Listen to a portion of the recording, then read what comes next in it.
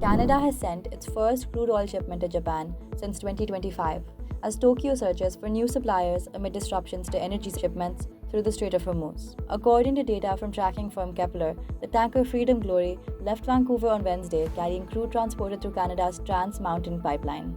The Marshall Islands flagged vessel can carry as many as 750,000 barrels. Kepler said the shipment was purchased by NES, Japan's largest oil refiner, and the tanker was chartered by ExxonMobil. The delivery comes as the war involving the United States, Israel, and Iran places growing pressure on Japan's energy security. Before the conflict began in February, Japan imported more than 90% of its crude through the Strait of Hormuz. Fighting around the waterway has since disrupted shipments, prompting Japan and other Asian economies to diversify their oil supplies. The economic impact is already being felt. On Thursday, the Japanese government lowered its growth forecast for this year from 1.3% to 0.9%, citing higher oil prices. Canada is emerging as one possible alternative. The Trans Mountain Pipeline can carry up to 890,000 barrels of crude a day from Alberta to a marine terminal in Burnaby, British Columbia. The federally owned pipeline has been operating at close to 90% of capacity since the third quarter of 2025. Its expansion has given Canadian producers greater access to Asian markets without relying on export routes to the United States. Nearly 77% of the oil exported from Vancouver through the pipeline this year has gone to Asia. That compares with about 51% in 2024. India, Malaysia, and Singapore have also resumed purchases of Trans Mountain crude